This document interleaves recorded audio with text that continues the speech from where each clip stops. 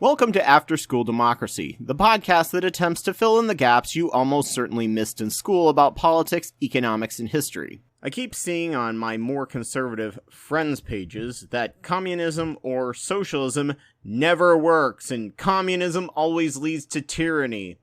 Well, there is some truth to that, but not for the factors you often think. Republicanism actually had the exact same reputation for nearly 70 years as well. So straight off the bat, I'll tell you I'm not a leftist. I'm more leftish. I would be considered a social democrat, though so would Bernie by all things he's called for.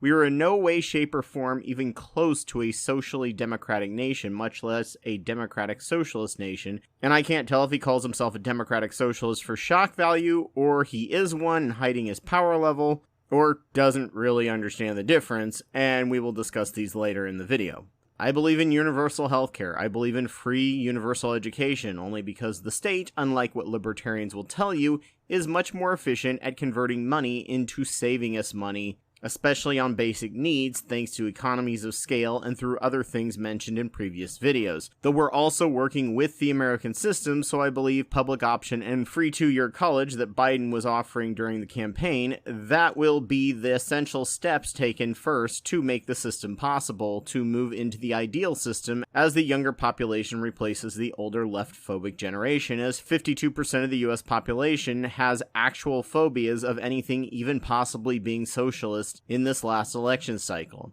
That said, I'm more left sympathetic and want them to understand how to better communicate so A, they can grow if their ideas really are as good as they say, and B, they can get to the point where they can explain it fully enough that all of my gaps and confusion are finally filled in and I can carefully assess whether they're 100% correct or their arguments have merit, but they're missing some key pieces, something I try to avoid from when I swallowed libertarianism whole hog and realized later half of human history was purged from their calculations and there's no step 2 before step 3, which is profits. Hence why I currently view myself as 1/3 socialist, 1/3 liberal, and 1/3 anarchist, because they all have merit, but each failed in some way, at least at this point, in the American two-party system, and we're a few decades away from overcoming left phobia that the House on Un-American Activities and COINTELPRO brainwashed the nation with. As I said in my series, What the Heck is a Liberal, there are only 2 ideologies that aren't some form of liberal, monarchist and fascist. All the rest have common origins in Enlightenment and liberal thought, just with modifiers and many different trains of logic, and some ignoring political reality has caused some to be completely divorced from reality, like anarcho-capitalism, which only works if you completely ignore entire swaths of history and human psychology. By the way, theocracy is also considered not liberal, but usually that comes in the form of monarchism or fascism. First off, let's start at the beginning. What is a Marxist? You ask an American what it is, and they will say it's a naive idiot who believes everything should be free, which will cause people to be lazy, and if the state has the power to give you everything, it has the power to take it all away, which is why socialism has always led to dictatorships.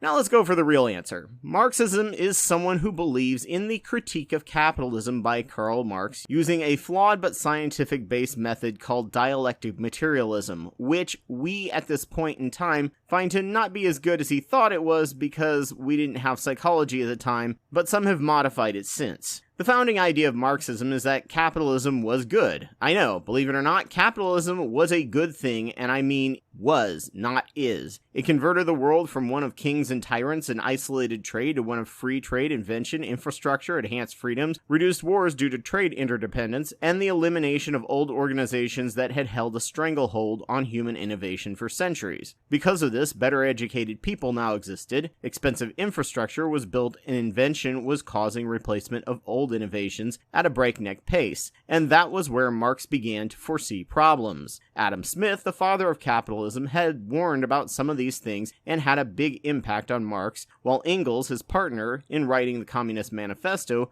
belonged to a wealthy family in Manchester where the tip of the spear of the Second Industrial Revolution was kicking off, leading to pollution and labor exploitation on a massive scale. Capitalism and liberalism fixed the flaws of monarchism, protectionism, and mercantilism. This has made the world so much better, but now there needed to be something to replace capitalism to protect the ideas of liberalism and for people to get their actual value out of their labor instead of rich people getting richer off the backs of exploited workers, and and the banality of evil in a supply chain of responsibility where no one person was the evil one, but the system spread out the evil and responsibility, and they all benefited from it, and could deny the evil due to the distance or being out of sight, out of mind that great atrocities could happen in the name of business. Back in the pre-industrial era, people worked on the same pieces of work as a craftsperson, from start to finish, and got that sense of satisfaction and ownership from it. They also got a fair and full market price for it. The Industrial Revolution took all that knowledge with lifelong experience packed into one person, and instead taught unskilled people how to do one part of the process repetitively, making it cheaper due to lower wages and economies of scale. Because of that, people had what Marx called alienation from their labor, and Adam Smith had warned about this in the first Industrial Revolution, that with factory repetition, one will become as stupid as one possibly can be.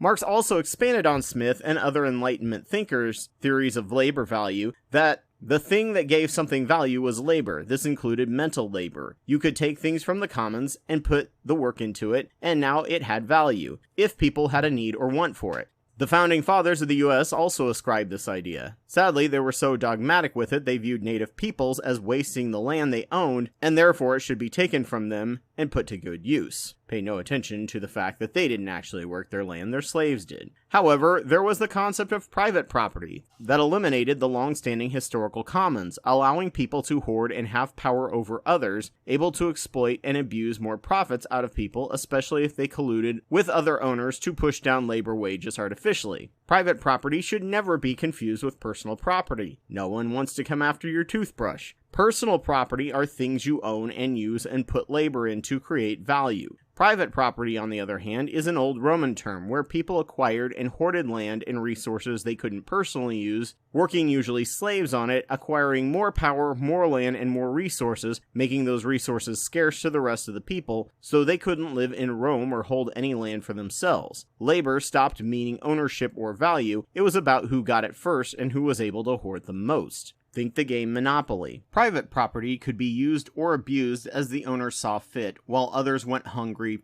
purely because of an unfairly distributed commons.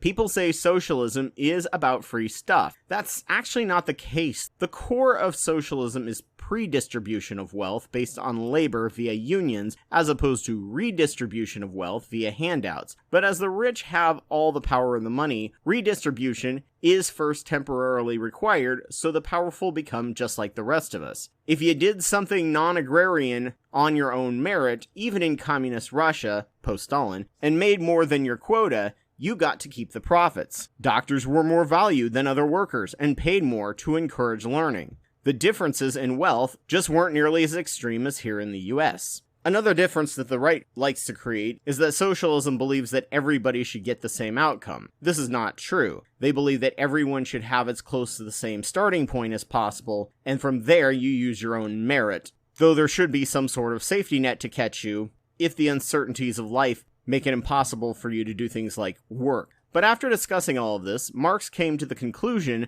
that what made capitalism good, the destruction of old ties and powers while creating new ones, and automation destroying jobs and old guilds that fixed prices and caused stagnation in innovation, happened much faster than it took for people to reorganize to create new unions of labor to bargain with rich bosses who organize themselves now to keep the cost of labor down. In the US, for the first 100 years, you could be an owner or a partnership, and that was it. A corporation made up of private investors who didn't know each other, was heavily regulated, and could only trade in one commodity, or was used for public works projects, and had to be approved by state Congress yearly or be dissolved. At this time, aside from the cases of slavery, worker and owner were on pretty much equal negotiating terms, where the worker could bargain with the owner for better wages. The founders banned immortal corporations because they saw the political stranglehold the Dutch and then the British East India companies had, where these companies essentially owned members of parliament, which was why they forced a monopoly of tea on the colonists, and is one of the reasons you won't be taught that they were protesting during the Boston Tea Party. Then after the Civil War, rich profiteers joined the Republican Party, turning it from a party of civil rights to a party of big business, and deregulated like crazy, allowing monopolies and immortal corporations, creating the most corrupt time in American history.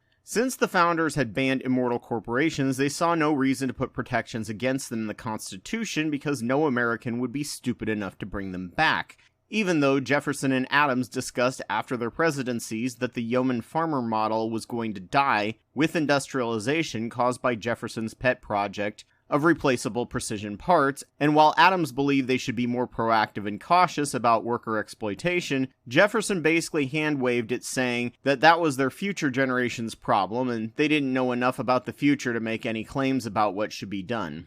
Labor was exploited and abused, and the state was used to enforce unequal exploitative contracts, with the companies locking them into essentially slavery for the rest of their lives, until they started literally fighting and dying in massacres to have the right to organize their labor and collectively bargain with the company that unfairly collectively bargained, but expected the worker to bargain as an individual. Marx made the point that automation was happening exponentially faster and faster, which was a great thing, but old jobs were being destroyed quicker and quicker than the new unions could organize to protect the workers. This would just lead to a never-ending class struggle until something changed to end this. On an extra side note, Marx and Abraham Lincoln actually exchanged letters with each other and called each other allies in the fight for freedom. So this is a problem. That's Marxism. What's the solution? We will discuss that next time. Just remember that Marxism is descriptive, it's not prescriptive. It's not telling you what the solution is, it's telling you what the problem is.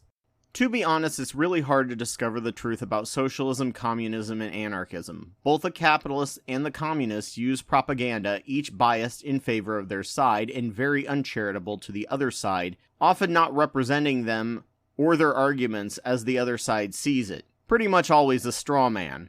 If I have said anything that you can debunk, please let me know, and if it's dramatic enough, I will upload a new video to cover it.